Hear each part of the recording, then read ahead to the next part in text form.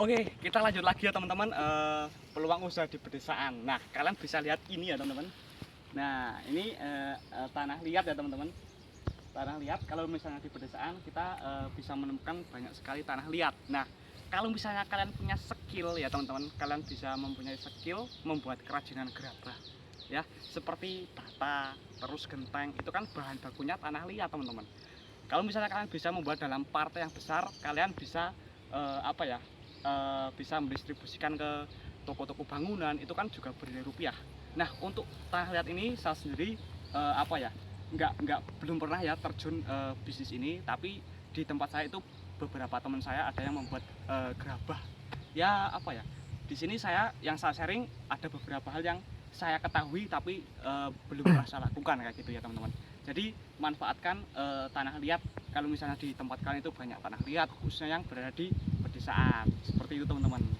Oh ya, by the way, udara di sini segar sekali teman-teman, subhanallah ya teman-teman. Dan kalian bisa lihat, kamera bisa di zoom ke sana. Di sana ada pohon bambu ya teman-teman.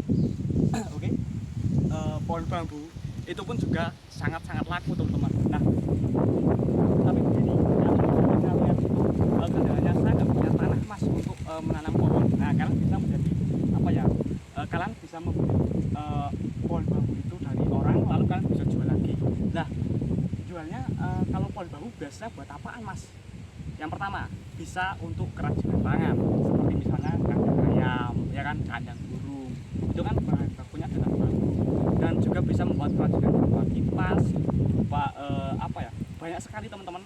Jadi bahan baku gerabah ya teman-teman, atau perabotan itu kalau zaman dulu, bahkan sampai sekarang pun paling banyak itu adalah dari tanah liat sama dari pohon bambu teman-teman, seperti itu. Tapi saat kalian nebang pohon bambu, pastikan menggunakan atribut yang lengkap, karena ada istilahnya itu lugut ya teman-teman, terutama untuk pohon yang masih muda. Itu kalau kena tangan gatal sekali ya. Ya kalau kalian yang tinggal di desa ya mungkin kalian paham ya.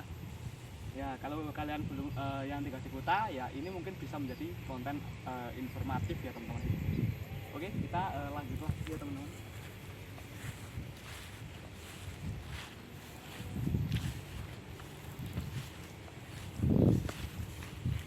Oke, jadi saya melihat sesuatu yang dulu pernah saya lakukan.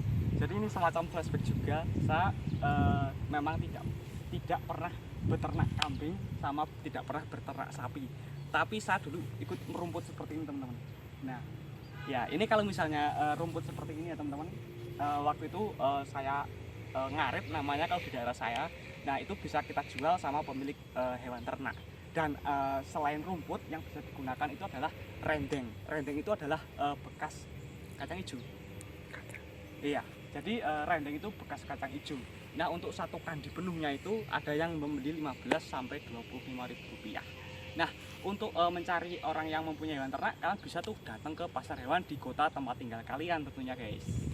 Oke, di sini waktu itu saya pernah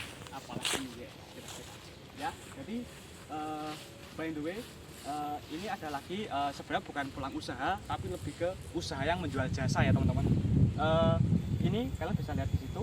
Nah kalau misalnya kalian punya tenaga yang besar di pedesaan itu sering sekali istilahnya itu membutuhkan orang buat traktor ya, istilahnya brojul teman-teman. Nah kalian bisa juga tuh istilahnya itu menjual jasa kalian, menjual tenaga kalian ya, karena kalau misalnya kita yang bisa dijual itu sebenarnya ada beberapa hal dari diri kita. Yang pertama tenaga kita, pikiran kita, waktu kita, dan otak dan pikiran kita teman-teman, seperti itu. Jadi apa yang bisa kita jual, kita maksimalkan untuk menghasilkan uang ya kita lakukan selama itu halal, seperti itu. Jadi jangan pernah jangan pernah wah masa ganteng-ganteng di sini ganteng-ganteng gini suruh brojol, jangan seperti itu teman-teman. Nah dan setiap 6 bulan sekali ya ini banyak sekali padi ya teman-teman, karena di daerah saya, bahkan sebenarnya bukan hanya di daerah saya, karena negara kita itu adalah negara agraris. Negara agraris itu negara yang sebagian penduduknya adalah bertani ya teman-teman. Nah, kalau misalnya bertani itu pada umumnya ada padi yang panennya 3 bulan sampai 6 bulan. Nah, kan juga bisa menjual jasa kalian dengan cara istilahnya apa ya? Ikut manen, teman-teman. Ya, walaupun sekarang udah banyak istilahnya itu mesin serit, tapi tenaga buat ngarit, buat manen itu masih banyak dibutuhkan. Seperti itu, teman-teman, ya. Jadi itu maaf, ini tadi yang saya maksud itu adalah jantung seperti itu ya, teman-teman. Nah, itu harganya itu bisa 1.500 sampai 2.500, teman-teman, seperti itu. Tapi ingat satu hal nih, teman-teman, kalau kalian ingin mengambil jantungnya, jangan ambil pisangnya, teman-teman, ya. Jadi cukup jantungnya saja, seperti itu. Karena kalau misalnya ngambil pisangnya itu merugikan yang punya pisang tentunya, teman-teman. Dan apalagi ya, nah untuk pohon pisang, kita masih di pohon pisang, kita bisa menjual talinya, teman-teman. Tali gedebok pisang digunakan untuk membuat tali satu per lonjornya. Untuk talinya itu harganya sih murah, 500 perak, teman-teman. Tapi kan kali banyak, ditambah lagi kita juga bisa menjual tunasnya, buahnya. Pokoknya sebenarnya di hidup di pedesaan itu menurut saya sih nggak apa ya, ya sebenarnya tergantung kejelian kita dalam melihat peluang, kejelian kita dalam melihat apa ya, sesuatu yang bisa diolah. Jadi jangan fokus di permasalahan. Kalau kita fokusnya di permasalahan, ya nggak akan ada jalan keluar gitu. Apa yang bisa kita lakukan, ya kita lakukan. Jarang sekali pabrik yang buka lowongan, teman-teman. Ya, semoga kalau misalnya ada pemerintah mungkin yang kebetulan nonton video ini, ayo dong Pak, diperbanyak lagi lapangan pekerjaan dibuka supaya banyak orang yang bisa apa ya, bekerja. Terus misalnya itu ya apa ya, ya memang tugas pemerintah seperti itu, menyediakan lapangan pekerjaan. Karena memang di daerah saya itu memang susah sekali, teman-teman. Jadi yang saya share video ini mungkin bisa apa ya, dipraktekkan ya, teman-teman. Seperti itu mungkin karena ini berhubung sudah agak sore ya, teman-teman. Mungkin videonya sampai di sini dulu. Mohon maaf kalau misalnya ada kesalahan dalam penyampaian kata. Tidak ada yang sempurna ya, teman-teman. Mohon maaf. See you next time. Sampai jumpa di video selanjutnya.